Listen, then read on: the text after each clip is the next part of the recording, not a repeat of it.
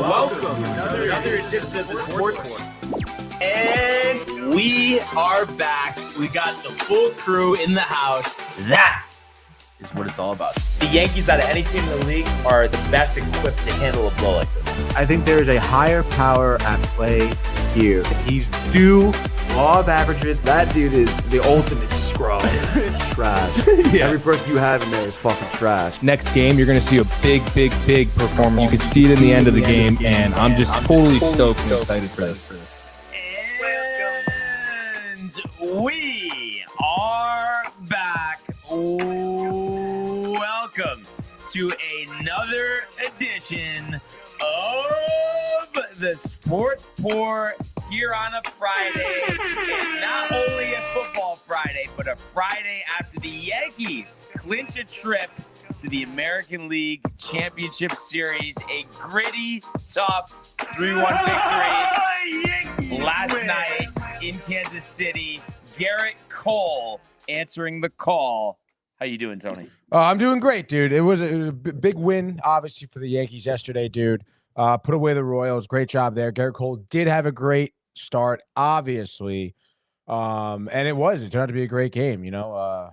Obviously, low scoring 3-1 nonetheless, though. It had its tight moments, dude, late in the game. Edge of your seat. I listened to it on the radio, the last inning, I guess, on the radio. Sterling, the call. Great, dude. Well, you heard the end? Yeah. What? So you heard him like the American League Division Series over. Oh, yeah, because I just listened to that. I was thinking about playing that, but I'm glad you already heard it. Yeah, dude. No, it was great. Great call, you know. Nice Love the enthusiasm, out of John Sterling, especially after, being retired, and then he decides to come back. Oh, yeah, He's dude. Jacked up. No, he is. No, he's very jacked up. And I mean, he's never, didn't miss a beat, Yeah. So let's go.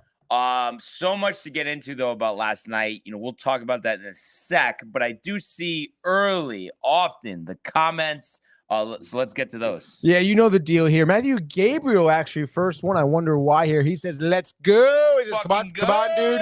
Oh, yous are in there. And then Michael Buckter, okay, Mr. Barnes, Yankee King of the ALCS. As I pay attention, I want to hear a little bit about my guy Trump.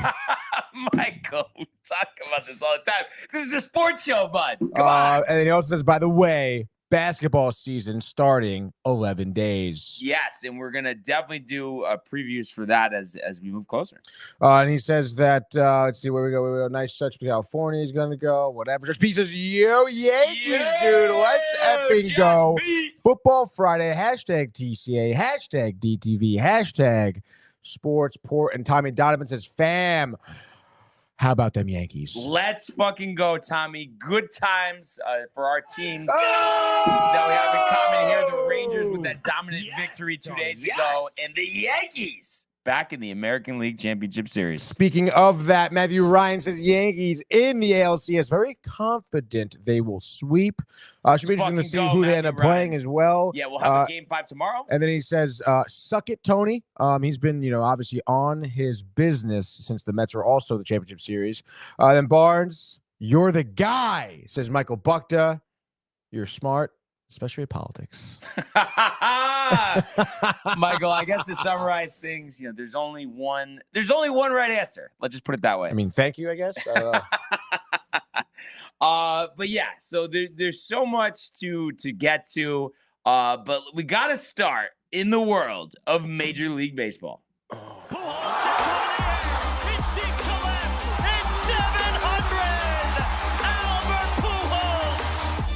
What a play! Stop it! Yep. And Alonso cracks one. The Mets win the ball game. Out of sight. And it works at 100 miles an hour. 14 strikeout. Drill deep to left field. There it goes. See ya.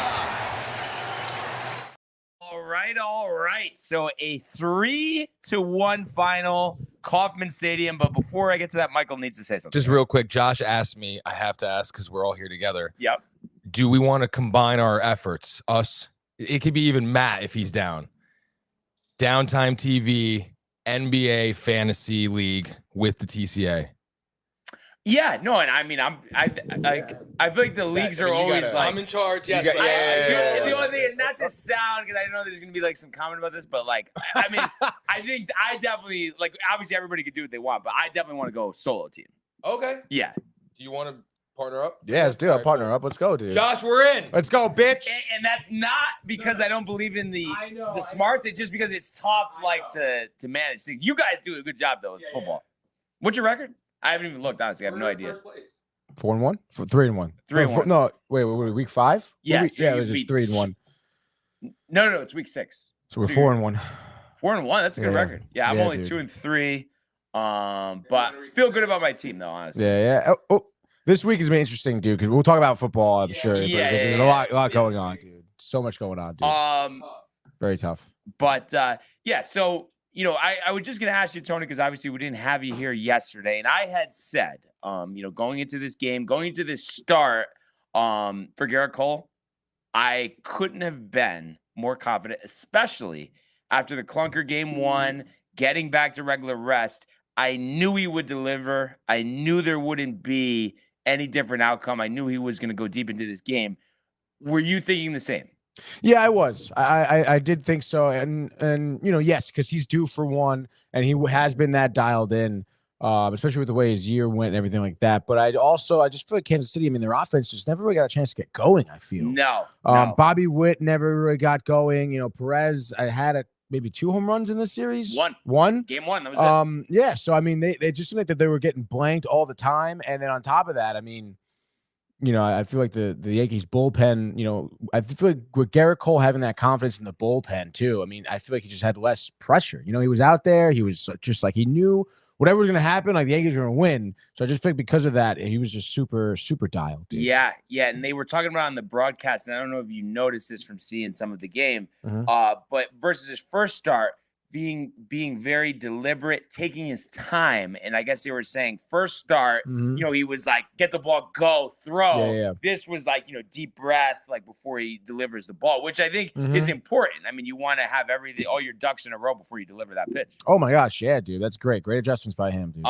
So yeah, you love to see that. And he was, dialed from the start in this one. And I think what helped, and we had been talking about this for a while, and this was actually the first game of this series where the Yankees finally find pay dirt. First inning, and who else but Gleyber Torres, a revelation the last few months. Unbelievable. First pitch, Tony, a double to center. So runner on second, nobody out. Juan Soto up, single to right, scoring Gleyber. So that gave the Yankees a 1-0 lead. Judge and Wells, Judge with the double play. Unfortunately, Wells lining out.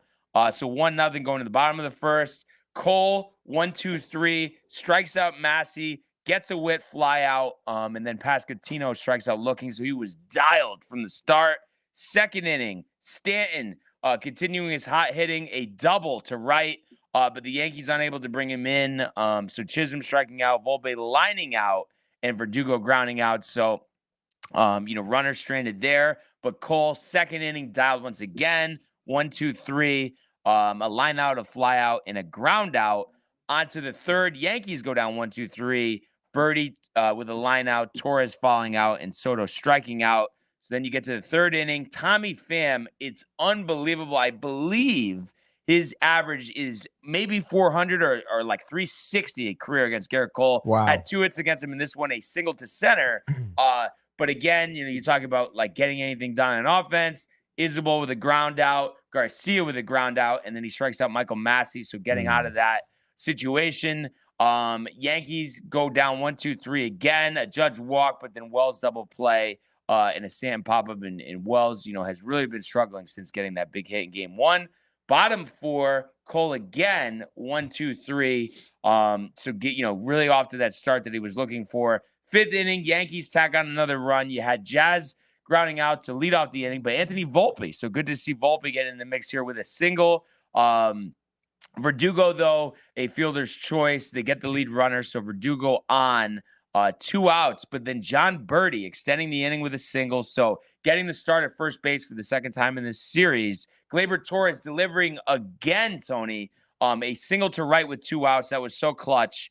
So that gets the job done there. And then the Royals bring in their closer, obviously elimination game, trying to eliminate the damage. Lucas, and I still haven't said his name right, probably the whole series. Irseg, I'm going to go with, but he gets Soto to fly out with 2 on. So that was a big out for the Royals. Cole, though, bottom 5th, a pop out from Gurriel, a Melendez fly out, but then Tommy Pham striking again, just a single. So runner on first, 2 outs, but he gets Kyle Isabel to strike out.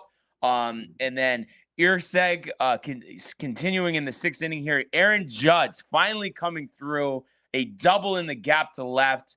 So you got the runner on second, no outs. Wells moves him over with a ground out, and then Giancarlo Stanton, a bullet single right up the middle. So Stanton continuing to deliver after an uneven, stretch run in the regular season.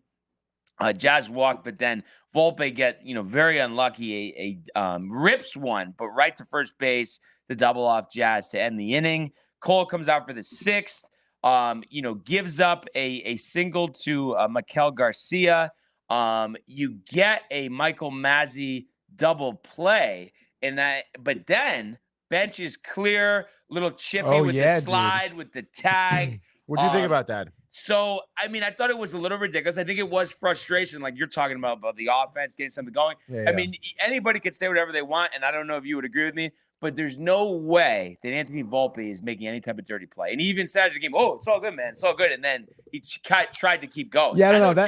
Jazz was barking, but not Volpe. Yeah, Volpe was. Yeah, he wasn't antagonized. It did seem like Jazz was the one who was kind of like instigating more so.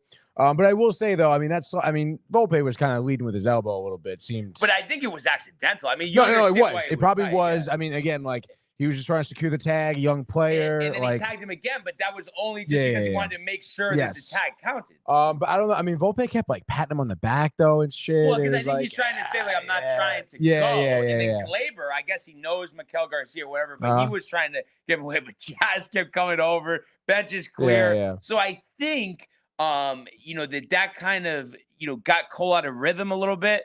He gives up a hit to Bobby Witt, and then Vinny Pasquantino with a double to make it 3-1. But fortunately, he gets Sal Perez to pop out.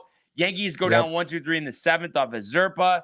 And then the 7th inning, you have Yuri Gurriel lead off the inning with a ground out. Melendez lines out, but then Tommy Pham again. And this was the difference in the game here. Kyle Isabel up, hits a towering fly ball to right field. Off the bat, you're just thinking, there's no way this isn't out. The wind swirling in. I think by the end of the game, they were 12 miles an hour coming inward, Tony. Oh, my gosh. It's Soto right before the track, and we talked about it before the show. Cole's facial reaction. Ridiculous. Unbelievable, from a horror face to let's fucking go. So that's his last out of the game there. 8th inning, Yankees don't get anything across. Judge did walk, stole second. But then Jazz grounding out to end the inning there. Bottom of the 8th, Yankees go to the bullpen. Clay Holmes. So I just he has done such a great job since getting moved to the setup role. But I have to say, at this point in the game, I didn't say anything to Matt. We're very big on we don't really say certain things during the game. Right. But I'm just thinking to myself, I wanted Tommy Kahnle. I thought Tommy Kahnle was going to come in. But I had to say, Clay delivering again. He's locked in as a setup guy. And he gets Garcia to strike out. Massey lines out. And then Bobby Witt grounds on the short. So Clay Holmes delivering in a big way for the Yankees. 9th inning, Volpe with a line out. Verdugo with a line out. Birdie walks, but then Glaber flies out. Ends the inning. So bottom of the 9th, Luke Weaver, and he's done for the past couple of months, just dialed in every appearance. Pasquantino strikes out. Perez strikes out. Gurriel lining out to center. Ball game over. Yankees win on to the American League Championship Series. And just what a win. What a win. And Garrett Cole delivering when you really needed him to. So, you think about the guys that came up big in this series. Glaber, huge. Cole, obviously, starting this game. And you mentioned the bullpen, Tony. I believe it was 17 scoreless innings for the Yankees bullpen. Unbelievable when you think about it, especially because there was a point in the season when Clay's going through it, when you felt, I know I said it. I thought we had the worst bullpen in the league at one point, where we just couldn't get outs at all. And just to see these guys dialed in, especially Luke Weaver, And you love to see it, on the mound with the emotion after the game, talking about it. Just how fired up he is, how grateful he is for this opportunity, because it seemed like he was kind of alluding to, he thought he would never be in this scenario because he really struggled to even stay on a roster, yet alone be a closer in the postseason. Yeah, dude. I mean, I absolutely love his energy. This is his first, I guess, opportunity. Maybe it was with the Cubs back in August or whenever it was. I feel like just his energy, his emotion on the mound was just, again, like you said, showed that he was just so grateful and no doubt going to take advantage to the best of his ability, of his opportunity. And it is right now. And I guess to keep it with the bullpen, dude, how about Clay Holmes, like kind of settling into like a little bit of a setup role here? It's funny because you think it's one inning. What's the difference? But mental game as a pitcher. And it's crazy too, because he had a really good run as a closer. But then once that happened, it just seems like it's like, for whatever reason, that the game doesn't end after he's done pitching. I think that just gives him a sense of calmness that he didn't have before. So you're about him setting up. I mean, the 8th was like a little like I kind of like 6th, 5th, 6th, 7th. But he's shown that he can deliver. And the thing is, Tony, obviously we all, just had agita watching him blow games as a closer. But there's no denying it. His stuff is unbelievable, so it makes sense that you want to give him every opportunity to excel. Yeah, he was hitting 98 on the gun, 98. Right? I mean, in the sinker, the drop, the curveball, unbelievable. So you love to see that. So you think about this series, the guys that really stepped up, like I was saying, obviously Stanton with the home run 2 nights ago, that was ridiculous. That really changed the whole series. And I was mentioning on the show yesterday, that was the Yankees' first go-ahead home run, 8th inning or later since Ibanez in 2012. So it had been a while. Stanton delivered almost in every game. Glaber, the big hits, that home run in game 1, and then the few big hits in this game. So you think about that, the bullpen Cole. And then I think it was huge, Tony, that Judge got that double last night. Just a little momentum. Something going, yep. He has some days off here, and he's really going to hone in for that championship series, and whether it's against the Tigers or the Guardians, we'll find out on Saturday night. But just such an exciting time, and you love to see the guys fired up. Watched a lot of the post game. The guys were just absolutely going nuts. It seemed like, Cole's talking about having IPAs. Judge, I don't know if he just had a couple shots, champagne in his eyes, or a couple of shots, but he kind of seemed out of sorts. So it was an unbelievable night. And it was so nice too, Tony, to take care of business, not let it linger. Right. Talk about being a nervous wreck if they hadn't won this game. And we're talking about a game 5 tomorrow at Yankee Stadium. Completely different feel here. The Yankees take care of business, and it wasn't easy. But the thing that separates teams in the postseason, it's clutch hitting, clutch pitching, and the Yankees had both of this series. Yeah, no doubt about that. Now, Guardians or Tigers, right? So, who do you want to face? It doesn't matter. Come on, it doesn't matter. No, it really does not matter. It really does not matter. We are better than both of those teams. Right. We need to go do it, and that's it. So it's just there's no fear. Rest of the way, it's not just that series; it's the World Series. Whatever comes our way, we want to be ready for it. And I really believe in this group. And I just thought it was huge the way they bounced back here in Kansas City, because it wasn't a good feeling. Losing game 2 on Monday. But what a way to bounce back. So let's go. Absolutely, dude. Game 1 will be Monday. And I did see we got a bunch of other comments. So what do we got here? Yes, dude. We have Josh B saying LFG. Let's fucking go, Josh Absolutely. B. I want you hyped up, brother. And then Matthew Ryan says LFG as well. The real champs are in the house. Yankees 10,000% confident they will dominate. Tommy Donovan says Cole way better on normal rest. Matthew Gabriel, no doubt. Josh Boy, Bonds, you look beautiful, bro. Let's go, dude. Speaking of looking beautiful, Lonnie says, good morning, guys. And everyone. Barnes, full Yankee boy fit today. I love it as long as the name on the back of the jersey. Hashtag the company, which obviously we know the deal. It's Volpe. It's 11. Yeah. Lonnie, we're not messing around, especially this time of year. You fucking kidding, bro? Absolutely. Matthew Ryan, he says, that's how you win a real game, pitching and having your pitchers go deep in playoffs. Let's fucking go. Real team in New York. I don't really know what he's referring to. I probably don't think he watched any Mets games. Let's go, Matthew Ryan. And then let's go, Josh B. He says, 1000% Yankees win ALCS and then the World Series. And then, of course, we have Josh B saying, is that superstition I hear, Buzz? So I think the difference would be, Josh, I think you would be a good judge of this, Tony, because you're familiar with this type of stuff. So there are, I would say, certain things that I do, Right. but it's only, I would say, internally. I don't think they affect what happens on the field, but like It's just what you do. it's like I just feel like I need it for me. I don't want to have a conversation, and not to call it Michael Bucket, but like about politics in the 7th inning with 2 on and 2 out. Right. No, of course not. I don't want to talk at all, to be honest. No, Like, you want to watch the game. Yes. So that's pretty much what it is. Like, we get hyped for big plays during the game, but Matt knows it. Otherwise, really during the game, like in the middle of the action, we're not really talking, and that's just something. I don't know. It just that's just kind of how it for me has to be done. Right. Yeah. You definitely should not be talking, honestly. Yeah. Especially in the action, close game, big game. Yeah. And also, like, I guess to the point where you don't really say, like you said, like Clay Holmes comes out, but you don't really say anything. Yeah, like in your that's head, not. You're thinking You're like, holy that fly shit, ball, that Isabel hit. Yeah. You're thinking Exactly. it, But you just don't then say afterwards, it, dude. Let's fucking go, dude. Let's fucking go. Speaking of let's fucking go, by the way, Jay Bird in here, Brian. Mhm. He says, enough of the Yankees talk. That game was so boring compared to the Mets. It's all about the Mets, baby. Don't forget it. Jay, like I said, I always preface this by saying I love you, man. You know, you're a big part of DTV here. But you're a fraud, honestly. You're not a big fan, and that's it. I'm sorry. I can't help it. Like, just because it's a run, you can all say, no. That's fraudulent. I'm sorry.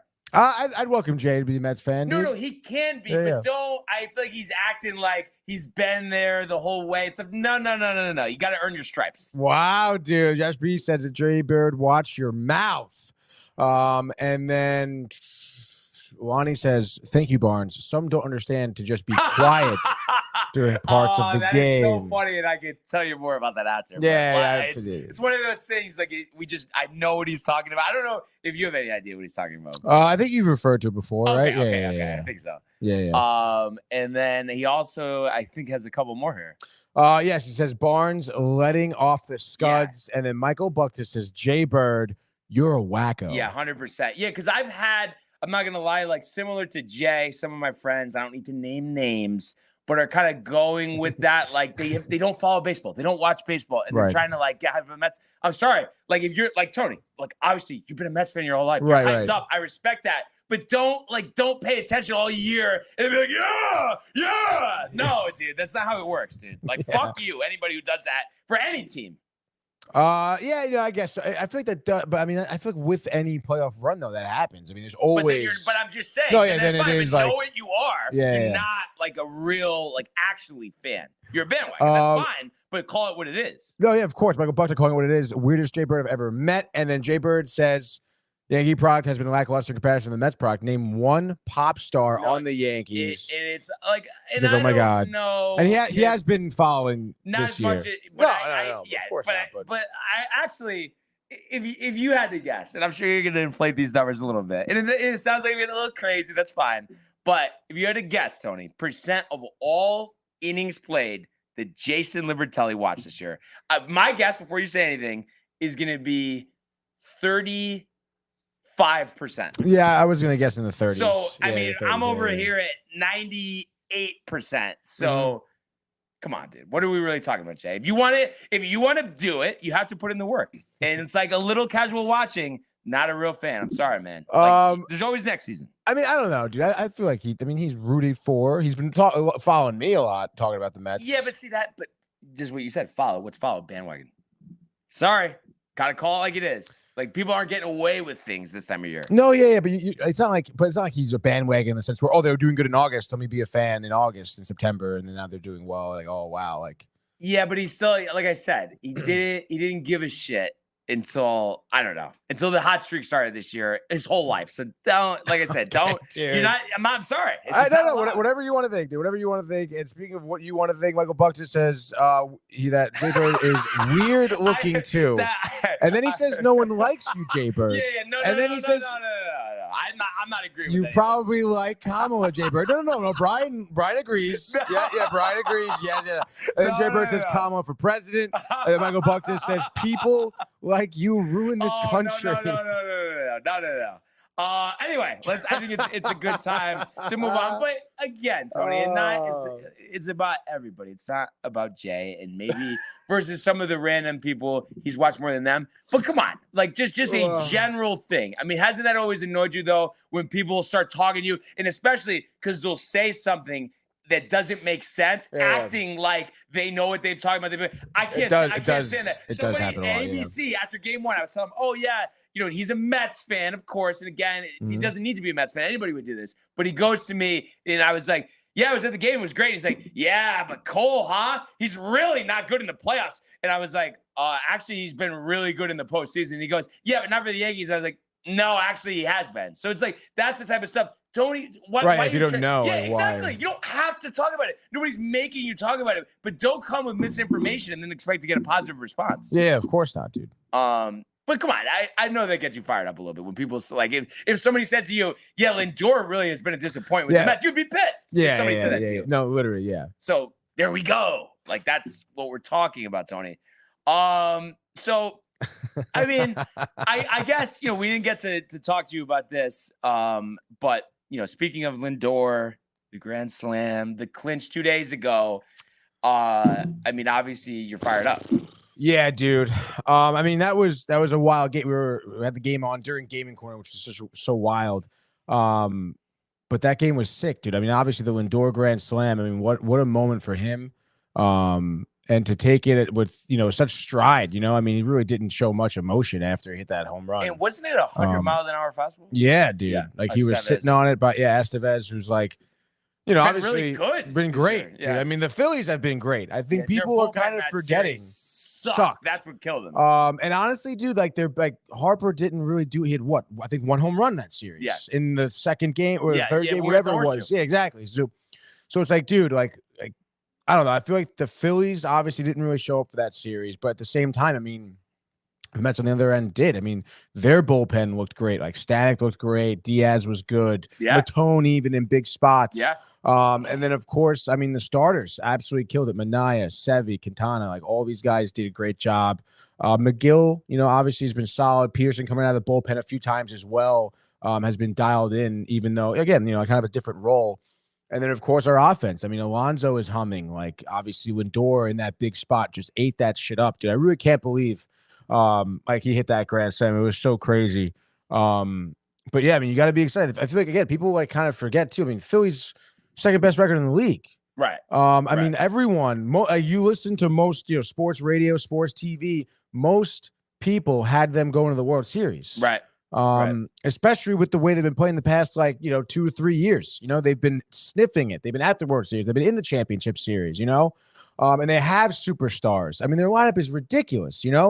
And for the Mets to be able to navigate that lineup, Turner, Harper, Castellanos, Schwarber, Bohm too, absolutely silenced these guys at the plate, which was great, man. And I mean that it was just so tremendous to see this and to win so emphatically, to be down late in the game, like you're getting like rally innings here, like stringing along hits, capitalizing on mistakes, and then closing it out. I mean, it just looks like right now the Mets are a totally complete team, because they're winning games in different ways, dude. And I think Mendoza's doing a great job in managing this pen, managing his players, knowing kind of when to have Winker or JD at DH and stuff like that, when to pinch hit for people. Winker's been killing it in the playoffs too. Yeah.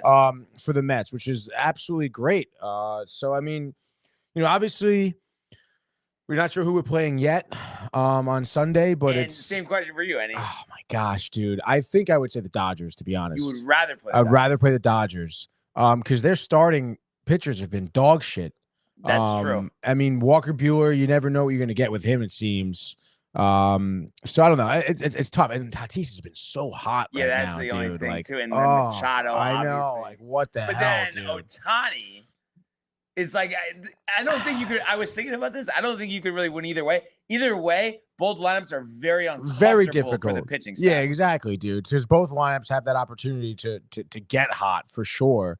But again, I don't know. With the way the Padres are playing, I just feel like in their rotation, I don't know. Cease got Popped both starts. Both starts. So his ERA is high. The rotation has been great. Musgrove's out. Yeah, Musgrove has been out. So I don't know, dude. I mean, I was looking at their stats for the postseason here. Michael King, great Darvish is start. good. Yeah, King is good. Yamamoto got hammered. That's who's pitching tonight for the Dodgers. So Yamamoto, Darvish. Yeah, dude, not good. Jack Flaherty, like that guy. I'm not really. Jack Flaherty, though, I think he pitched. Or no. He got one got start. knocked around. Yeah, 5 1/3. But he give is two a good dingers. pitcher. He though. is. Yeah. But still, just inconsistency, general inconsistency. I think Padres better bullpen as well. yes. Oh my God, definitely. Yeah. Yeah. And I just think at the end of the day too. I mean, Dodgers have been known to blow it too. It would be nice to get revenge on the Padres, from the wild card series, but it's like Either way, though, you're not going to think it's a walk in the park. Oh, and no. I would imagine, of course not, dude. You would feel it's going to go the distance in terms of. Oh the yeah, series. of course. I mean, this is no AL Central team, Brian. Yeah, or NL Central team. Yes, I guess. Or the Phillies bullpen, because that was come on. Yeah, dude. And dude, let's. I mean, the Royals. The Royals definitely, presented a challenge for sure. Oh yeah, man. Their bullpen did a pretty good job themselves. Their pitching staff. It just, I think their offense just didn't produce. And I think the biggest reason was, really, Witt and Perez did not have good series. So it's just you're left with Pasquantino and stuff like. Oh, Nobody. It's like a little. Yeah. I'm not gonna lie, it's like a little anxiety. Gurriel always been there before, but at the same time. He had no home runs this year and hit 260 and was better than the team. So it's like there wasn't that many big forces in the lineup. Not at all. Easy for the pitching staff to navigate. Yeah. A lot more calm than the people that we're talking about on the Dodgers and the Padres. Michael Buckner says to Jay Bird, by the way, I own you, Jay Bird. You're weak as fuck, boy. I honestly, the one thing I will say, 'cause I know Michael Buckner is getting carried away. He is, But I do appreciate, and I'm sure it's more about the political side of it. I would imagine, because that's his new obsession right now. But if it's the part of it that is in defense of the New York Yankees, I do appreciate that, Michael. Yeah, dude, it's definitely going to be an interesting championship series, honestly, for both of us. Mm-hmm. And it's nice that both teams here have like an extra day off, and then like your respective team you're going to play is going to have like a different matchup from the starting pitching, because everyone wants to stay off and stuff like that. So like we have a significant advantage going in. And then they did a good job avoiding football. And I don't know if the National League's like this, but I know for the ALCS, avoiding football again next week, because it's Monday, Tuesday home, off Wednesday, Thursday, Friday, Saturday, off Sunday. Yeah, I have to double check. I know the Mets played 8:00 on Sunday though. Oh, so then okay. Yeah.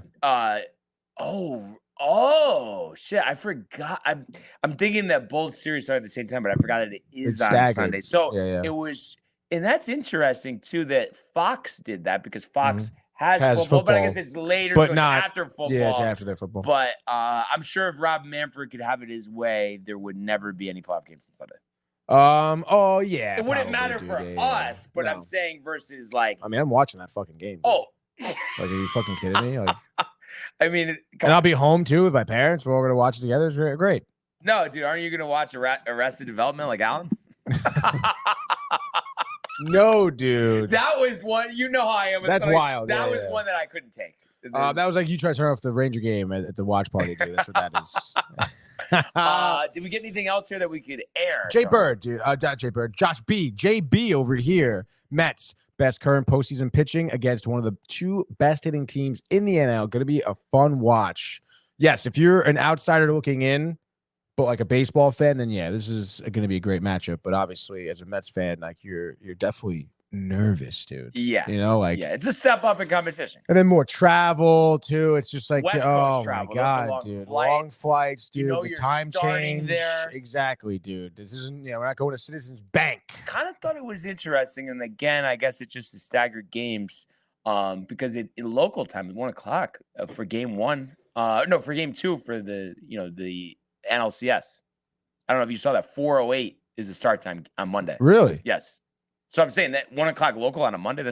But Columbus Day. That's definitely why they did it. Oh my God, I keep forgetting it's Columbus Day. Yeah, that's right. Yeah. Dude. So yeah, what an exciting time here. And we'll get to tonight's game in a second, the pivotal game 5 between the Padres and the Dodgers. But just wanted to quickly touch on the Guardians with the comeback in Detroit yesterday. This was a game that they trailed 3-2, 7th inning, first pinch hit home run franchise history. Fry with the 2-run home run. Wild. Tigers try to rally in the 9th, unsuccessful, get 1 run, but not 2 to tie.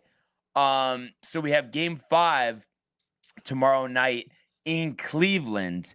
Definitely was a surprise for me. Obviously, I mean, pinch hit home runs don't happen much at all, especially in the postseason. David Fry, the 28-year-old from Colleyville, Texas, but keeps the Guardians' hopes alive here. The Tigers, I mean, obviously, hats off no matter what happens here. The job that, they've done this postseason, a lot of openers, a lot of relievers in games, Tony. Oh, yeah. What do you think? Yeah. Oh, no, what were you going to say? I was going to say, I think both of them, right? Both of them used like 6 bullpen guys yesterday, right? Yeah. I was going to say, what do you think, though, about 8:08 tomorrow on TBS, Tarek Skubal versus an unannounced starter for the Guardians? I mean, I feel like if it was anybody else with Skubal, I would think the Guardians would win. But with Skubal, I feel like he could, match or exceed what Garrett Cole did last night. Yeah, definitely. I mean, so far over 2 starts, his ERA is a 0, dude. So, I mean, he's pitched 13 innings as well. Only gave up 7 hits over those 2 starts so far this postseason. Only 1 walk as well. And 14 Ks over those 2 starts. I mean, there's no way he's not going to continue like those stats, So you would imagine the Guardians have their work cut out for them. And I mean, sitting out there with like an undecided for them, I don't know if it's going to be another bullpen guy. And they used a lot of guys yesterday, as well as Bibby getting the start. So I guess maybe Boyd could be available. Clase has been a little bit like not good this series. So I don't know, dude. I just seems like that pitching matchup is going to be the downfall of the Guardians here, as it just seems like they can't go the distance, I guess, right, for this game 5, which is kind of crazy. Kind of ridiculous, these 2 rosters. I'm not gonna lie, dude. It's kind of crazy that these Tigers, 2 teams are in the divisional series. The Tigers here. More so, though, I would say. Cleveland has a couple guys like Naylor's pretty good. We know about Jose Ramirez, of course. Tigers lineup. The roster, young guys, the roster is crazy. $2 million. Yeah, so, which is ridiculous. Shows the magnitude. Which is nuts. And then it's kind of crazy, dude. I mean, I don't know. I mean, the Guardians, I guess, could pull it out, I suppose. But like you said, I mean, just that pitching matchup alone, I can't see the Guardians like scoring more than 4 runs here just based on these past few games. And there's no way they're going to give up probably more than that. So, and the Tigers looking to go to their first ALCS in 12 years, you better believe. I mean, Tarek Skubal, I would not be surprised if 125 pitches is not on the table tonight, Tony. Tomorrow. Yeah, for sure. I mean, again, you want to look at some of these leaders here. Lane Thomas, I mean, that's great in right field. Picked him up from the Nationals. Quan's another good. Quan's been killing it, 500, but again, he has no home runs, no RBIs, like not hitting in big spots. I guess I don't know. But I mean, you never know. I mean, he probably hit 3. Did he win I think he won the batting title this year, didn't he? Did he? I think so. I think he had like 340. Let's see what I see Quan.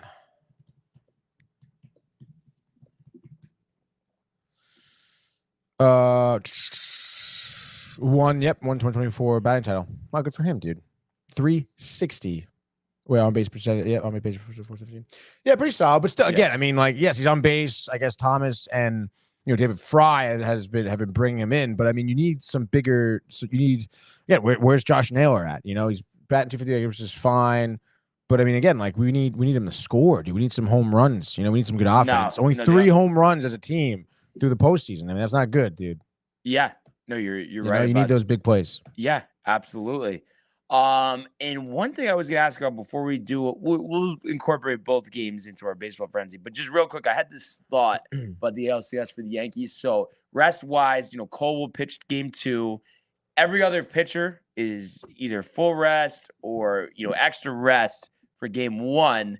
Following order of sequence, it would make sense to have, just from the way it was done, to have Rodon pitch game 1. Mm-hmm. But Clark Schmidt, who pitched better in game 3, will be on full rest Monday. Do you think I think this is a good idea. I think he should start game 1, Cole game 2, and then have Rodon start game 3 on the road. Because I feel like Rodon. I like that on the yeah. road. Yeah, I like that a lot actually. And like you said, Schmidt full rest. Yeah. Like, let's go. Yeah, absolutely, dude. Yeah. So I guess maybe you can look at the matchups too. Like where if it ends up being Detroit, where does Skubal land down at that point? Yeah. Well, he won't be starting game 1, obviously. Yeah. But let's see. So if you pitch Saturday, so game Sunday, 3? Monday, Tuesday, off day Wednesday. Yeah, it would be game 3. Yeah. Against Rodon. Yeah. Do you want Rodon going up against him? He could be good. I think it's just everybody feels like Schmidt is more consistent. Do you intentionally put your worst starting pitcher against Skubal, knowing that's their best? No, so it's like because we've beaten great pitchers before in the Oh yeah, of course. Anybody can be beaten. So I don't think you do true. that. I guess like you said, you'd have to look at the numbers, the stats. Yeah. So fascinating stuff for sure. Josh B and Matthew getting riled. Yanni, Joshy boy. And then Michael Buckner, what a loser, dude. Jay Bird, obviously. It's getting out of hand over there. Yeah, dude. it is getting out of hand. So before it gets out of hand, Tony, let's do a weekend edition, a Game 5 edition Division Series baseball frenzy starting tonight. What do you got? You said it, bud. Let's freaking go. 8:08 p.m. FOX, ladies and gentlemen. Ryan said it. Big Game 5 NLDS. 2 powerhouse teams here. Dodgers and Padres. The Battle of California. What do you got? Padres have Darvish on the mound against Yamamoto. Love this matchup. Darvish so far 1-0, 1.29 ERA, 7 innings pitched, 3 Ks, only 2 walks, no home runs given up this postseason. Obviously, we spoke about Yamamoto. Over under 7.5. The Padres here are plus money 125 here on the road. Dodgers minus 150. So I guess Vegas expecting Dodgers to take care of business. I'm kind of interested in that. I would think it'd be a closer line. Nonetheless, we know the firepower of both these teams. But like I was saying, I mean, it's just for me. I mean, it's just this Dodgers rotation is not that strong. I think they eat away at Yamamoto maybe instantly with how hot Tatis has been, batting I think close to 500 in the postseason. And they're definitely bouncing back. There's no way they're getting blanked here like they did yesterday, 8-0. Both teams, I believe, used a lot of their bullpen pieces as well. So it should be interesting to see how both these teams navigate their bullpen. But I think it'll be the over. I think at the end of the day, it's the Padres. It's an 8th inning, probably rally inning, honestly. I would imagine like multiple runs scored. It ends with a Tatis Jr. 3-run blast, making it, I'll say, like 8-5. Obviously. And then, Padres over. They advance. Championship Series. Let's go Mets. Definitely agree with the winner there. But I think less dramatic. Obviously, that would be exciting if that's the way it went down. But I think Yamamoto struggled in his first career postseason start. I think struggles again here. I think the Padres score like 6 runs in the first 3 innings, coasting, Tony, to a 9-2 victory. Padres over. Padres Mets, Game 1, Petco Park, Sunday. Let's go. Are we going the rest of the weekend? We're going Saturday. We're going Saturday. Oh, just Saturday. Because we don't have an assigned game for Sunday. Fine. All right, let's go Saturday here, 8:08 p.m. here, TBS Max. Stream it. I do appreciate that here. Progressive Field, the Guardians. Another Game 5 facing the Tigers. We said it, the pitching matchup, Skubal versus undecided. Whoa. Over-under is 5.5, which is kind of interesting there. I would imagine, Skubal, good start, but who knows? Guardians, I don't know. Detroit minus 125 here on the road. Cleveland plus money at home. Guardians obviously had that rally. But I don't know, dude. So tough. Look at the series. Guardians have blanked the Tigers twice. Plus the rally yesterday. I think I'm going to go Guardians here, to be honest. I think they pull it out. You mentioned Stephen Kwan, the batting title. Ramirez needs to show up. I think he will, as well as Josh Naylor. And I say Skubal, maybe due to get popped, to be honest. No ERA right now. I say he goes maybe 5 1/3, gives up a tough 3-run blast, as well as maybe a solo shot in the first. Kind of, like I said, solo shot in the first, settles down. They could be good. 5th inning, high pitch count, gets in trouble, gives up 3 more earned runs. which would put the Guardians up, I'll say 4-1 at that point, which is your final score. Guardians 4, Tigers 1. Give me Cleveland and the under. They go on to play the Yankees in the ALCS. All right, so in lieu, Tony, of the rematch of the 2022 ALDS, I think we get that rematch of the 2012 ALCS. The Tigers advancing here 2-0. And I'm going to say Parker Meadows, the go-ahead 2-run homer in the 5th. Scooble, complete game shutout, 12 strikeouts. Let's fucking go. And just like that, that is your division series, baseball frenzy. Whatever.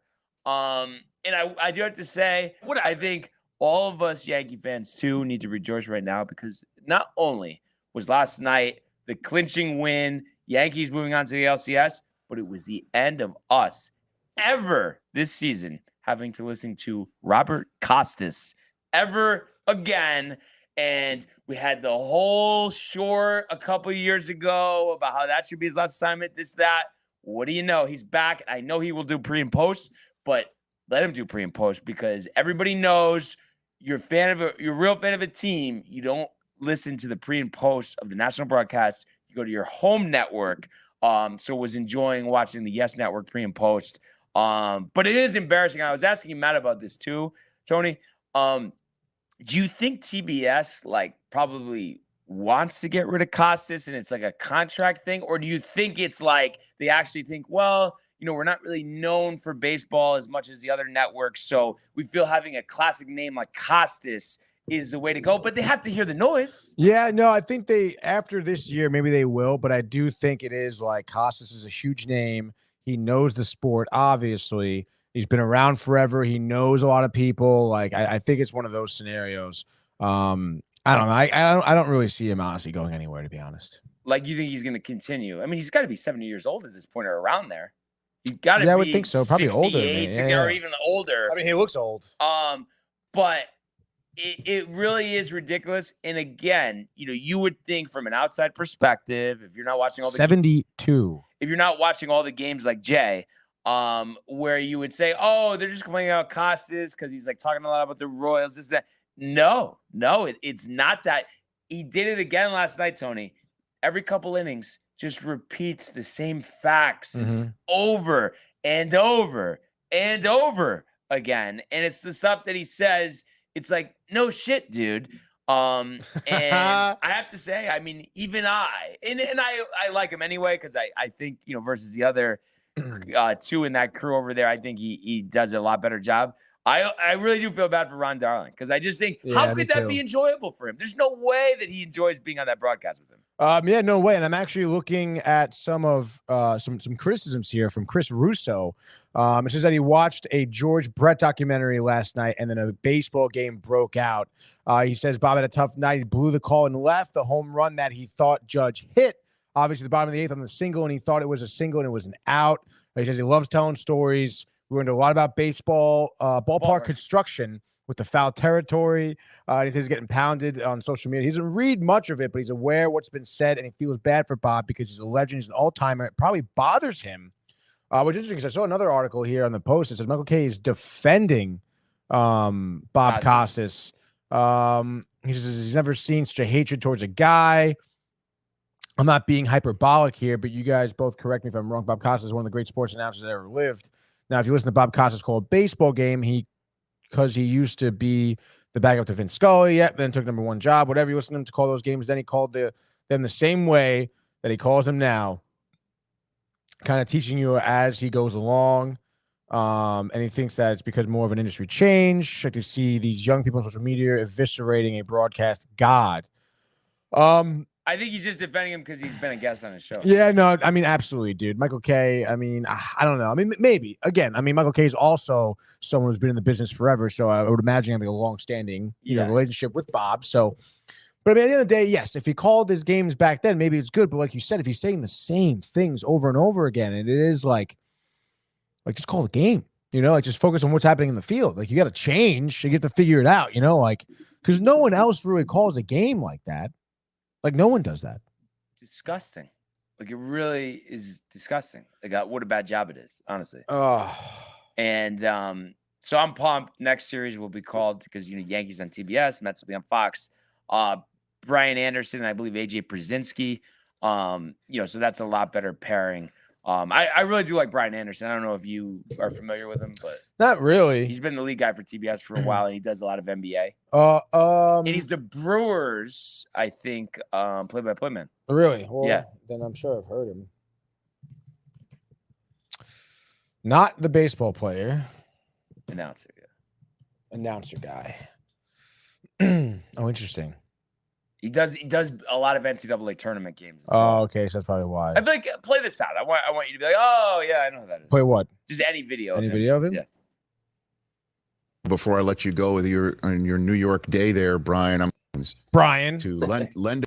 Hey, my Yes. favorite public-facing story I can tell you is when I first got to the Brewers, which was 2007. He did commentating for the Brewers. Yeah. So he still Bob is. Uecker and I. Oh, he we still leave at is. the same Okay. time. But you So really he's don't on the recognize. I mean, he sounds a little different in the interview. You Radio. don't recognize it? Not really. I feel like you need to hear a call. Just search for Brian Anderson. I know my I'm, God. I'm searching. I'm stretching, Tony, but Stretching, I just know you've heard him.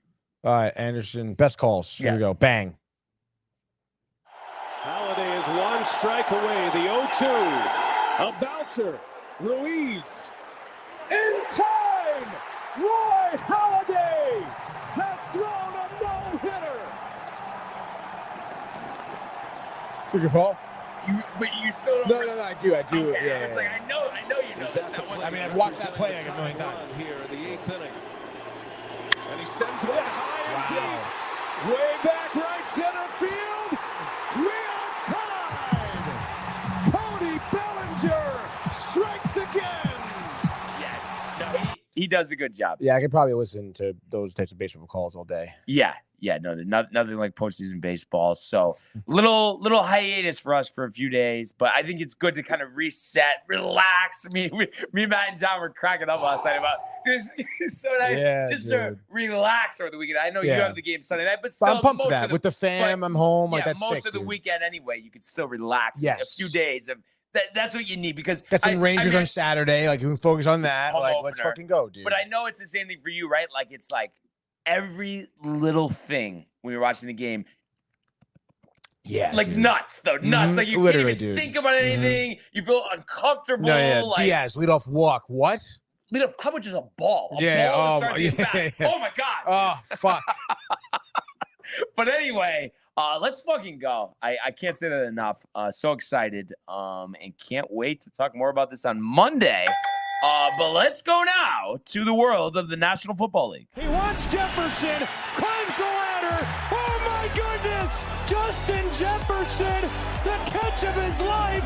Burrow fires, intercepted, picked off at a pick six. Minka Fitzpatrick, an absolute ball hawk. Niners twist up front and get to Tagovailoa. Bosa again. Mahomes escaping on the move, stops, spins, flips it forward for the touchdown. Stop it. Aaron Jones. Oh, what a tackle! Quincy Williams with a pile driver. All right. So we had week 6, Tony, kick off last night. National Football League, the San Francisco 49ers defeating the Seattle Seahawks 36-24 in this NFC West showdown in Seattle. And this was a game really both teams needed to have. But I feel like we really saw the version of the San Francisco 49ers that we've grown accustomed to since Kyle Shanahan became the head coach. Offensively, I think they were just dialed in on all levels. I mean, you ran for 228, average 6.9 a pop, and you had literally, obviously including the quarterback, but still 6 guys get carries last night. So just a diverse, efficient running attack. And then Brock Purdy, best game of the year, 18-28, 255, 3 touchdowns, good enough for a 90.4 quarterback rating, which is very, very good. And he got his key guys the ball. Debo, a 76-yard touchdown overall, 3 for 102 in a score. George Kittle, not 1 but 2 touchdowns, so 5 for 58. And then, through to actually 5 other receivers. So spreading the ball out, maybe Ayuk 2 for 37, didn't get the ball as much as maybe he would have liked. But at the end of the day, you like a win, and that's what San Francisco got last night. They forced Geno Smith into 2 interceptions on defense, held Seattle on the ground to only 52 yards, and sacked Geno once in his quarterback rating. And we talked about Purdy having a 90.4. His was a 52.6. So in a way, Tony, I feel like there's a little parallel here. And maybe they're better than the team I'm about to say, but it definitely reminds me of it. Seattle, the hot start, and then here they are. They lose 3 in a row, so they go from first place to not first place, and San Francisco is now in first place. But it reminds me of the Saints. Everybody riled, win the first 2 games, and then lose the next 3. Seattle win the first 3, lose the next 3. And while I do feel like they are a competitive football team, could they maybe get a wild card? Maybe. I think they play in a really tough division. But I think the Niners are just in a different class. And I know they've struggled and they still don't have McCaffrey. Kind of interesting, though. I thought it would have mattered a lot. It really doesn't. Every game they're running for like 150 yards at least. And this game was over 200. Yeah, which is kind of crazy. I mean, you said, Mr. McCaffrey is ridiculous. When I think about that rushing, Isaac Guerrero. Yeah. Who even is that guy? Exactly. Like rushing for 99 yards over 10 carries. That's ridiculous. And then we talked about Jordan Mason. Obviously, he's been still killing it. Ridiculous. Really is ridiculous. And I feel like without McCaffrey, too, utilizing Debo, running the ball out of the backfield as well. That big body, like starting with a running start, you're handing the ball off. He's hard man to tackle. So, and then in terms of what you're saying about Seattle, you want to look at their first 3 wins, Brian. Broncos week 1, Bo Nix looked like a deer in headlights. Patriots week 2, talk about a terrible team. And then Dolphins, that was when Tua got hurt, right? So, and then all of a sudden you versus a good team like the Lions, you get punched in the mouth, give up 42 points, and then you blow a game against the Giants. That Giants game was tied. There's no way you should lose that game. No way, dude. No way. Yeah, no way, dude. Like you should have been 4-1 coming into this game against the Niners, and you probably have a totally different feeling about it. Unfortunately, you don't. You lost to the Giants, then you lose to the Niners, and you have the Falcons coming up, which could be ready for a bounce back. But then you're against the Bills, which is, it just doesn't seem like that your team has that much depth, I guess, that other good teams do. And like you said, kind of a fluke with those first 3 games versus, kind of middling teams. Or a team struggling with injury, and then obviously it looks like you're good at 3-0, but then you get punched in the face, dude. So maybe just the Seattle Seahawks just weren't ever that team to start off with, and like you said, tough division here with the Niners. So I don't know. Maybe they can get a wild card spot. Obviously Rams having a tough year, could bounce back. You never know. Cardinals, I feel about, Murray and Arizona. So I don't know. Maybe we'll see. But I don't have much confidence in them. How about next 6 games for San Francisco? Home to Chiefs, home to Cowboys, at the Bucks, home to Seattle, at the Packers, at the Bills. So they have some work to do, huh? Yeah. But I would not be surprised if they go through that stretch like 4-2, 5-1. And I would not also be surprised, uneven start, injuries again, if they find themselves back in the Super Bowl this year, because I think they're that talented, they're that good.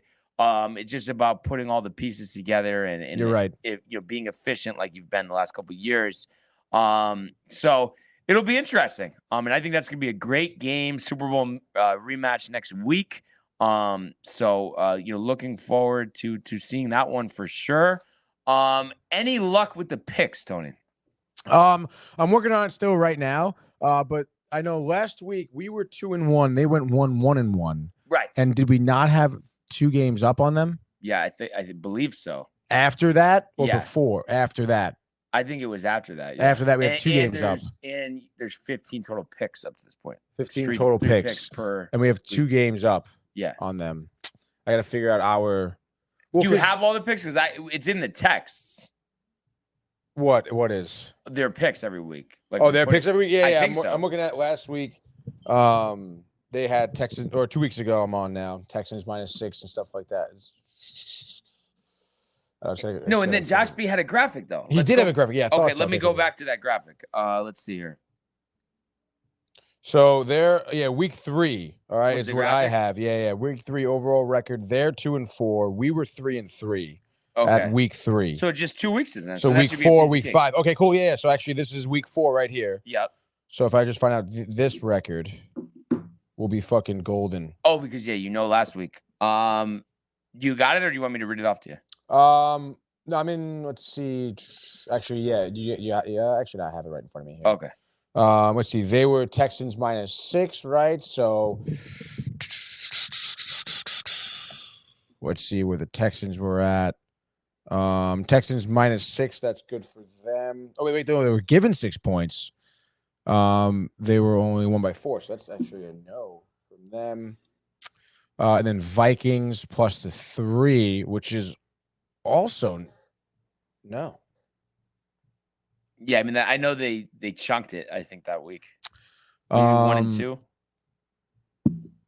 Yes, they were 1 and 2. And then what I'm gonna do once you have, and do you have our picks for this week, or you gotta do that now? For that week, we were Steelers -1.5. So 0-1. Right, and then we were Rams. Let's see, plus 3. I think 0-2. Rams plus 3. Yep, 0-2. Bengals -4.5. That's where we 1. Yes. Yep. Okay, so 1 and 2. We were So both 1 and 2 that week. okay, and then last week we were 2 and 1. Yes. So 3 and 3 onto what our record was. Well, no, it was 3 and 3, and then 1 and 1, and then No, 3 and 3 for the 2 weeks. So I'm saying overall, I think we're but then we were 4 and 5, right? 4 and 5. Yep. And then we just last week went 2 and 1. So then you're 6. We're 6 and 6. But we're missing a week. How are we missing a week? This is week 3. All right. What I'm looking at, I just told you week 4, week 5. Oh, but you know what? Those week 3 picks aren't factored in this.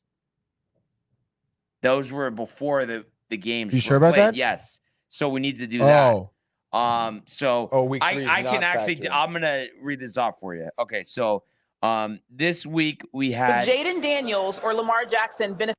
Okay, so we had the Raiders -5, 0-1. Then we had the Chiefs -3, which we won, so 1 and 1, and then Seattle -4.5, which we won, so 2 and 1. So we were 2 and 1. So that's So we're 8 and 8 7. and 7. Okay, and then this week, TCA had Colts -1, which was 1 and 0. The Lions -3, which was 1 and 1, and then the Bucks, or not 1 and 1, 2 and 0. 2 and 0. And then the Bucks -7, which I think they lost this game, right? The Bucks, they Bucks lost that game. 26-7, So yeah. 2 and 1. They're 2 and 1, so that's 6, 8 and 1. 6, 8 and 1, all caught up. So actually, I'm gonna put this in the chat just so we have it. So we are we are 2 games up. I guess we're a game and a half. One more time.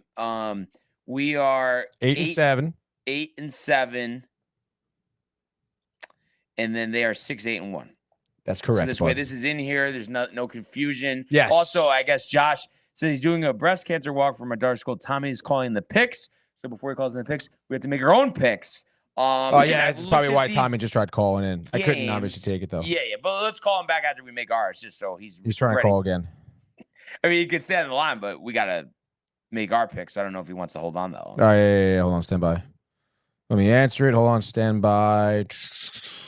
Connection. Oh no, I guess he hung up. While we were waiting on that, Tony, I've looked at all these lines. One thing that jumps out, and I know it's chalk, and we can at least do a half circle, I hope, anyway. Texans -6.5 of the Patriots. I think they're way better than the Patriots. Drake May's making his first career start. I think that spells disaster. Do you agree at least a half circle? Yeah, half circle it. Saints starting rookie Spencer Rattler. Love the Bucks -3.5 here. Full circle, half circle? Yeah. Half?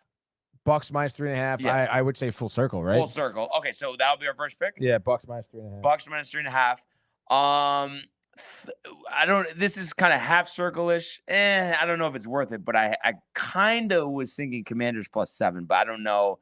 At the Ravens, I don't know, could be a tough environment for Daniels. Maybe Maybe we leave that. it alone right now. Another one that I love, and again, I think you're gonna probably talk me out of this. But I like Cincinnati -3.5. I mean, their season's basically over, but they absolutely have to win this game, and I just think they're so much better than the Giants. Neighbors not expected to play. Half circle if you want, but I'm just saying this is Half everything. circle, dude. You never know with the Giants. It's kind of tough. And then definitely, we're not touching Monday night. That's for sure. No. What do you think about Steelers -3 against the Raiders?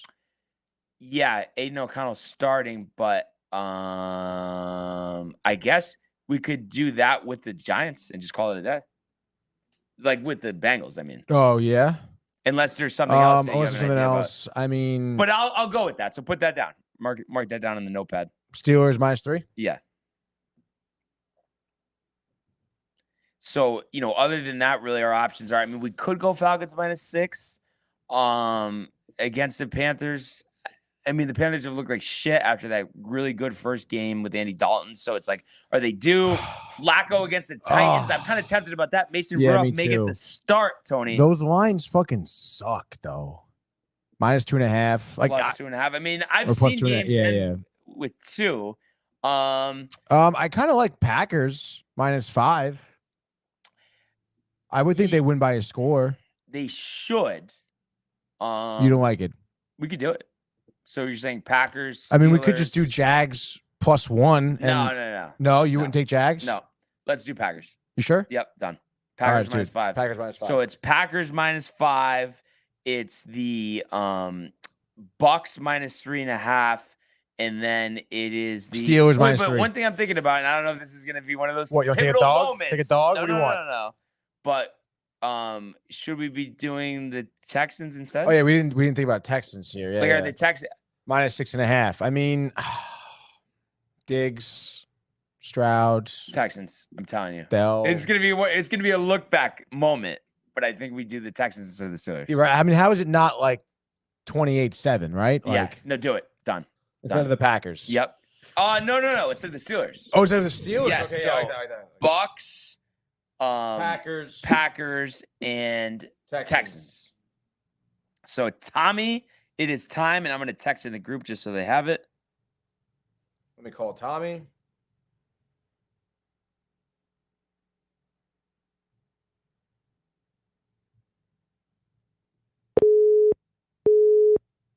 User busy. Oh, because he's calling. Donovan or Donovan Walter. That's funny. Tommy. Are you there, bud? It's Tommy. Yo, dude, you're live on the what's up, line, brother? dude. All right, I got the notepad. Wow, look at you coming in clutch here for the call-in, huh? Absolutely, Josh. Yeah, appreciate it, man. Yeah. Needed to bring in the ringer. So yeah. Did you All right, make so- any of these picks yourself, or is it more kind of committee or? it was absolutely committee. Okay, yeah, fair enough. What do you got for us? All right, so you guys took Bucks, Steelers, Packers. Correct? No, Bucks. I just texted it. Oh, actually, you're not in that chat. Bucks, but Packers, Texans. So no Steelers. So Steelers are solid. Packers, Texans. All right, so of the couple of options that we had, I'm going to have to make some executive decisions here. Oh yeah, baby. So I think we're going to go with the Jags getting a point against the Bears. There it is. Interesting. Okay, Jags. Tony +1. mentioned it. Kind of a steal spot. I don't want to do it to Josh. There's one on here. You know what? He deserves it. So we're gonna go Falcons -6 at the Panthers. Interesting. We did mention that one as well. You see it obviously because the Panthers might get the #1 pick again. Mm-hmm. And because we have such a phenomenal Presidente, we're gonna take the Jets getting the 2.5. Wow, Jets And plus that 2.5. Josh signed off on that one. It's on the list. Wow, I have to say, I did. Of all people, I would not expect. That's pretty Josh wild, to dude. take the Jets. I know. Good for him. Yeah, new leaf. For first place in the division. Yeah. I give it to my flight crew friends. Of course, dude. And listen, at this point, TCA is down by 2 games. They got to start getting crazy here if they want to make up some ground, Yeah. So this is a big week for you guys. I was just gonna think, obviously Rangers home opener tomorrow, Tommy. We going to any games this year, or what's going on? We might have to make that happen. Who do we got for the home opener? We playing Utah. That's right, buddy.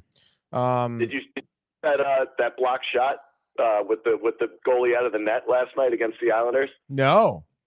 Absolutely wild play, and then they scored an overtime winner. That was actually a sick game.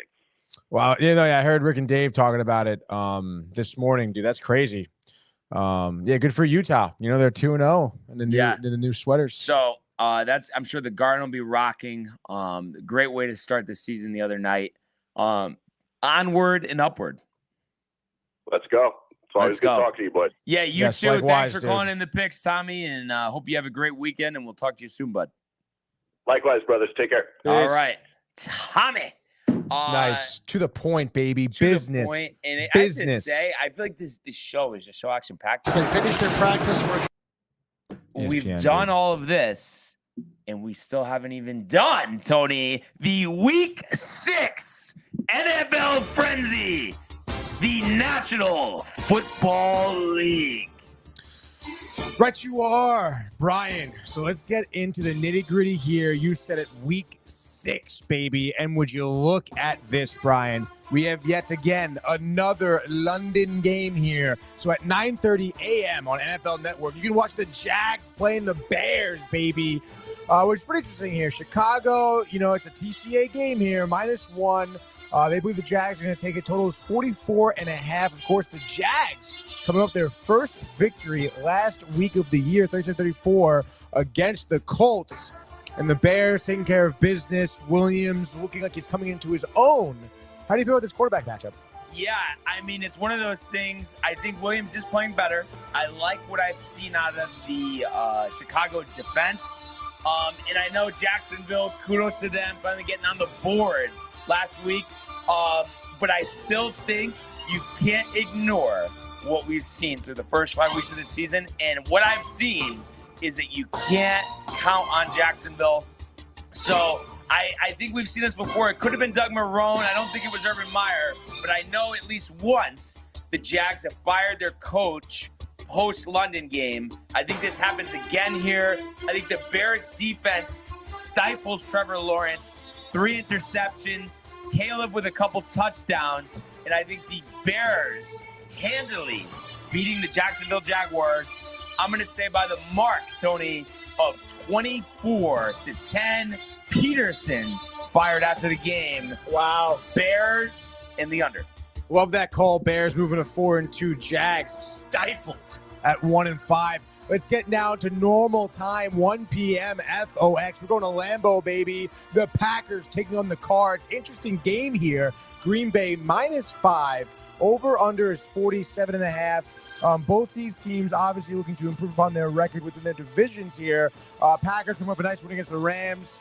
Cardinals against that crazy upset against the Niners here. Cards, maybe some momentum. Will Green Bay stop them at Lambeau, Brian? Yeah, I mean, this is our pick. We got to go with it. You see it, you believe it, you say it, and that's what I'm going to do here. And I think this is going to be close. I like the over. A lot of unders this year. Like the over here, but I think the Packers will prevail. I could see this game being knotted up at 17 at the half. But then the Packers, 3 second-half touchdowns here to win this game, 38-27. So the Packers and the over. Let's go, Pack, baby. Next game, still 1 p.m. CBS. The Colts taking on the Titans in this sweet AFC South matchup. Indianapolis +2.5. Over-under is 42.5. Look at both these teams. Titans, rough year, 1-3, have not won a game at home. But hey, the Colts, man, struggling with Richardson, the fucking injuries. They haven't won a game on the road here. So obviously one of these teams doing something new this year. Which one is it, Brian? Yeah, I just think the Titans are terrible. And I know the Colts are great. And I guess Anthony Richardson will be back for this one. But Jonathan Taylor and Michael Pittman may be out, which is tough. But I still think the Colts are the better team. So I think this is kind of falls under your more unwatchable games of the week. But I think the Colts will win in Tennessee 10-3. So it's the Colts and the under, and backup running back Trey Sermon running for 125 and a score for Indianapolis. Love that here. Speaking of the AFC South, we have the Texans now at 1 o'clock playing the Patriots. in Massachusetts here. Houston 4-1, looking to start to pull away with the division with a win here. The Patriots on the opposite end of that, 1-4. Also winless at home. Houston -6.5 for DTV. Over under is 37.5, which is lowest we've seen here, which is pretty interesting. I mean, it's going to be a blowout, dude, right? Yeah, and it's interesting because Texans have not had blowouts. All their wins were one-possession wins. But I think this game is different. I think they're a class and a half above the New England Patriots. Maybe Joe Mixon comes back as well. Either way, Cam Akers and whoever they have back there at running back will fill in. You mentioned Diggs as well. And I know Nico Collins is on IR after getting injured last week, or was that Tank Dell? I think Tank Dell. Doesn't matter. Stroud is a star. Drake May's first start, a lot of pressure at home. So I think the Texans easily here, 35-13. So it's the Texans and it's the over. Let's freaking go, Brian. From one south to the next here, we have Bucks Saints, 1 o'clock in New Orleans. Over under 41.5. Tampa Bay -3.5. Interesting to sprinkle some gauche on there. Obviously, the Bucks coming out of a OT loss against the Falcons. Bucks here trying to take control of the NFC South. Saints trying to remain relevant. I know you mentioned earlier in the show. Can the Saints do anything here? No, I don't think so. At home, normally with Carr in there, I think this would be a tight game. But going with Spencer Rattler, and Tony's like, who? Because he's never watched a game of college football in his life. Nope. So the Bucks, I think, easily here. And I think Baker through the air, over 300 yards, 3 touchdowns. Classic. Finds his guy Mike Evans. But the ground is key. Bucky Irving, the rookie running back, has taken more of a role in recent weeks. So I think they run the ball effectively, play solid defense against a rookie quarterback, maybe get some turnovers, and win this game by the score of 27-3. So it's the Bucks and it's the under. Let's fucking go, baby. We're bumping. 1 p.m. still on FOX. We're going to Philadelphia, Lincoln Financial, Eagles, Browns. Philly -9.5 total.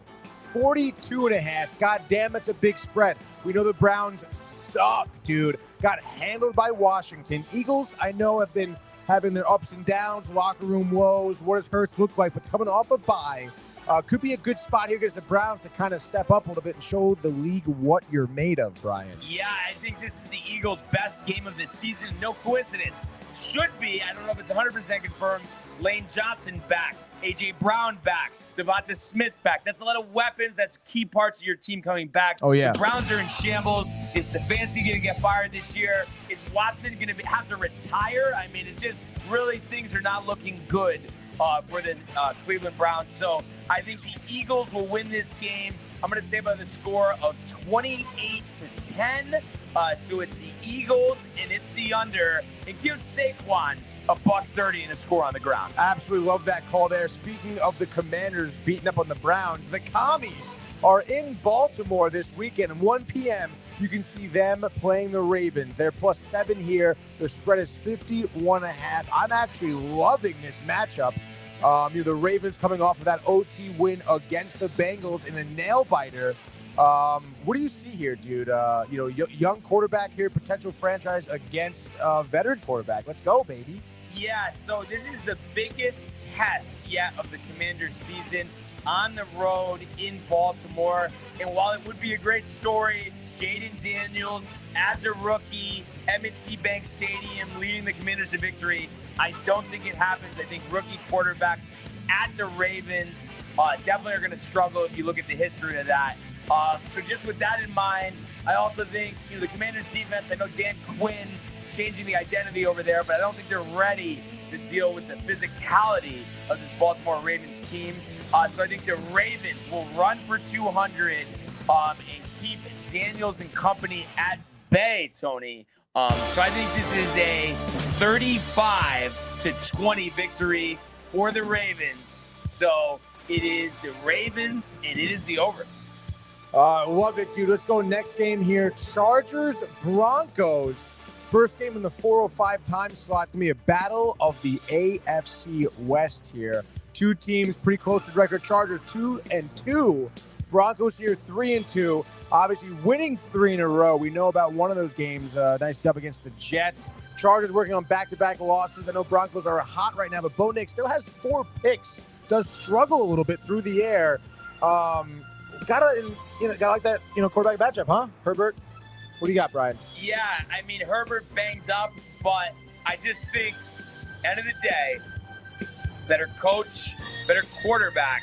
I think the Chargers will get this done. I think both defenses do well, so I don't think there's a ton of scoring here. And I think this could be down to the last second. So let me take the Chargers here, 17-14. So it would be Chargers in the under. The spread is the push. Absolutely love that on the push. Crazy game. Not great, but I think this game will make up for it in the 4 o'clock time slot. We're going to be in Las Vegas as the Raiders are taking on the Pittsburgh Steelers here. What could have been one of the DTV picks here. The Steelers -3, over under 36.5. Pretty low scoring. Steelers obviously trying to keep up with the Ravens in their division. Raiders here just trying to keep their season alive, coming off that. Both teams coming off against tough losses here. Which team bounces back? Steelers 21-10. Defense star of the show. 2 picks, sacking Aiden O'Connell 5 times, and I think they do a good job of running the ball against this Las Vegas defense. I think Harris has his top rushing performance of the season, 125 and a score. So it's the Steelers, and it's the under. All right, next game here, 4:25 time slot. We have Lions in Dallas playing the Cowboys, America's team here. Cowboys, craziness, haven't won a game at home either this year. They're 3-2 with 2 losses at home. Detroit Lions are 3-1, one of those being on the road. Detroit -3, over under 52.5.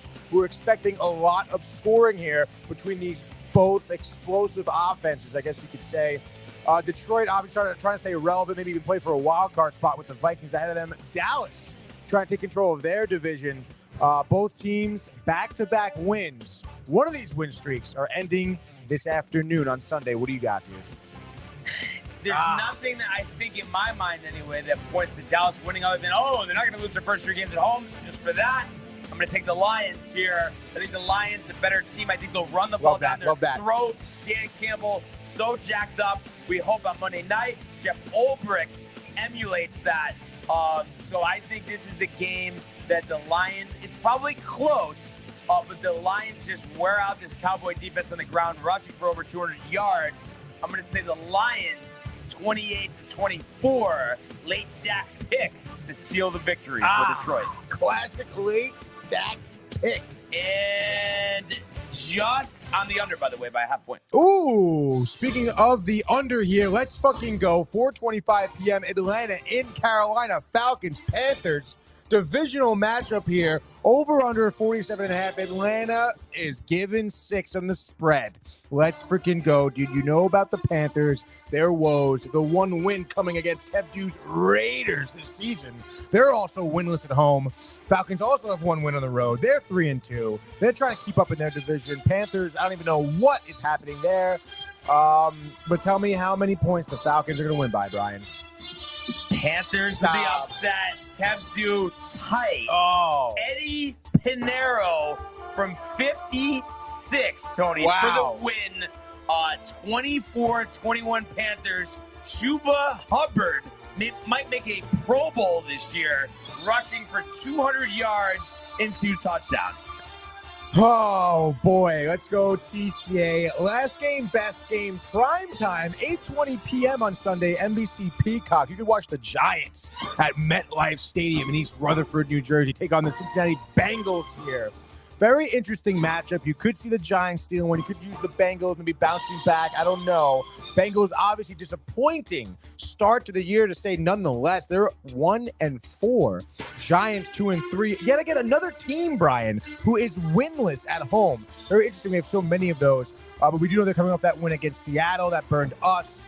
Of course, the Bengals, the tough loss to Baltimore in OT, couldn't handle it. Their 1 win, Brian, coming against the Panthers.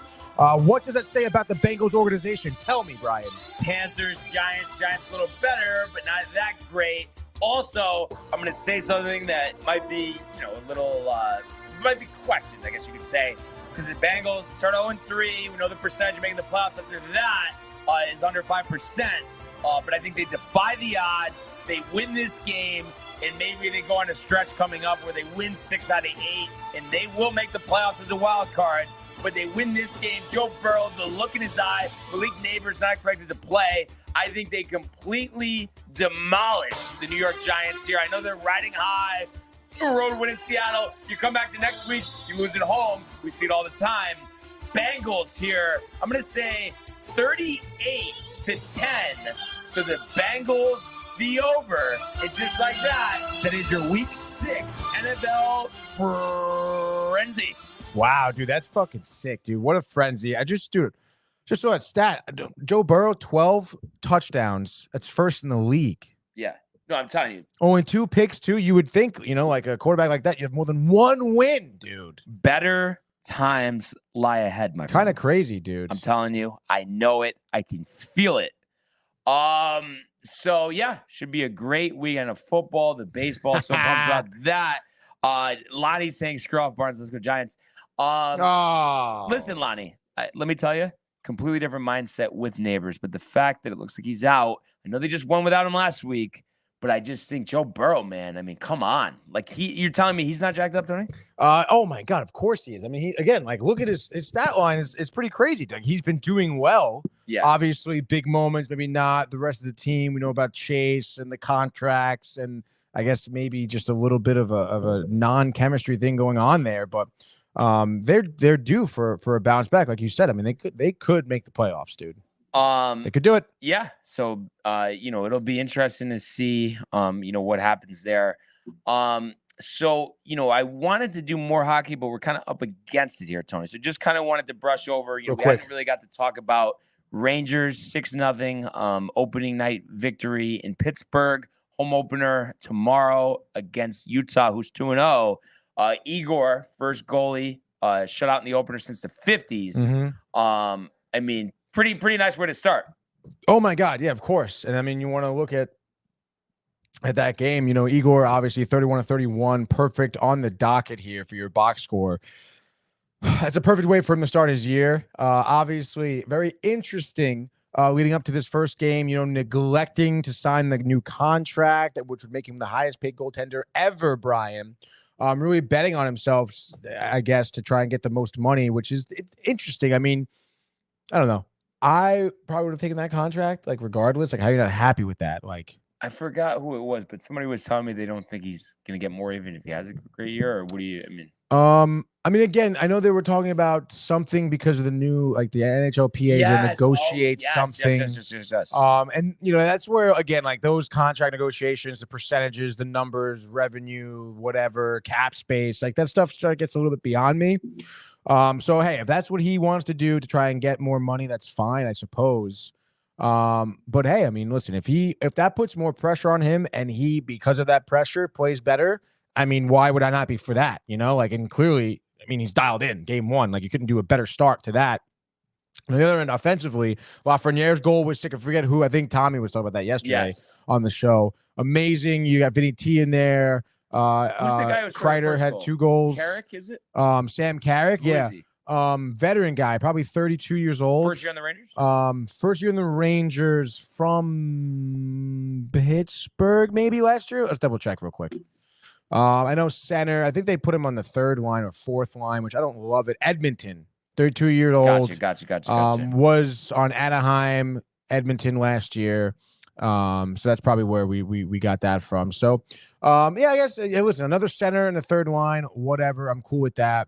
I think 3rd, 4th line for the Rangers isn't looking that stacked. Maybe he's on the 4th line because I think 3rd line is Hedl, Kakko, and somebody else. Doesn't matter. But regardless, dude, you got to, I think we can work a little bit better on our 4th line. The defense is looking solid, though. Jacob Trouba getting in the mix, Brian, with 2 assists there. He's the only defenseman who notched a point there. But everyone else pretty solid. And again, I mean, you obviously have a shutout here. So defense did great. Dominated when they've fucking been out A, there. dude. That's it. So yeah, dude, you got to be happy with that 6-0 win And let's go. We're on to our home opener. Like, let's win it again. Yeah. And make it 2-0. No, it's a good feeling. Yeah, and dude. obviously we'll be able to Renee, proper good morning. Morning. What's up?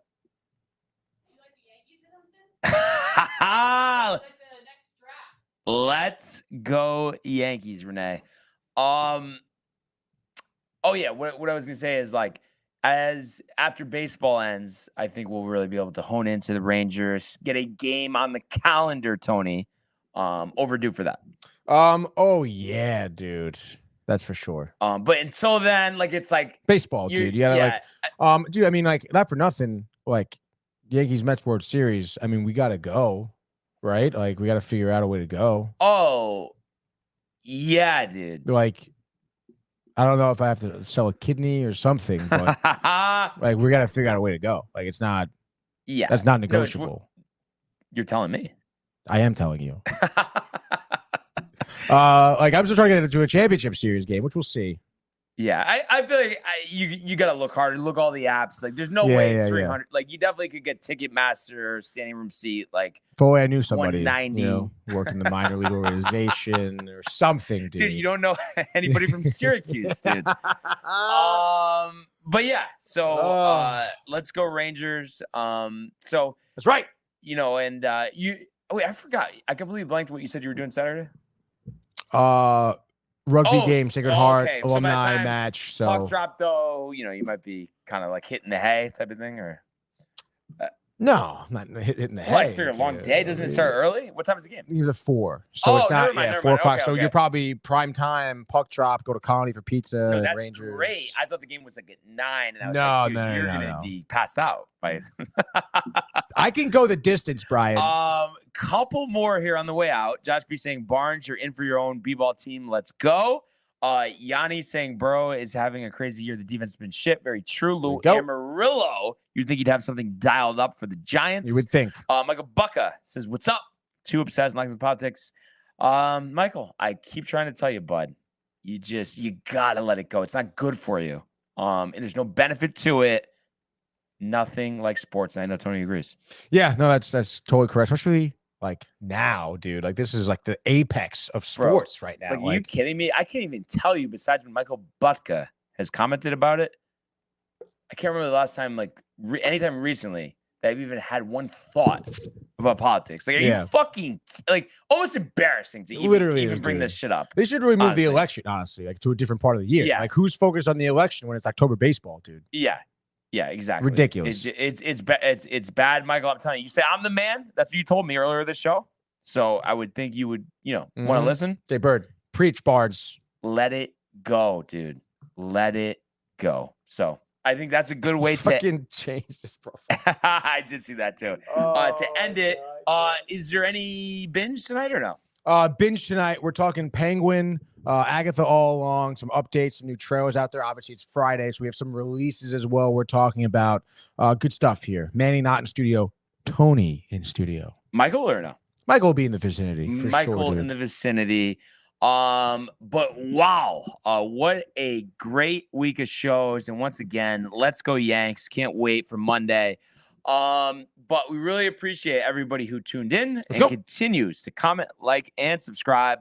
All of the archives on the YouTube page, Tony, Michael, Renee, and Jay in costume, merch, downtime.com.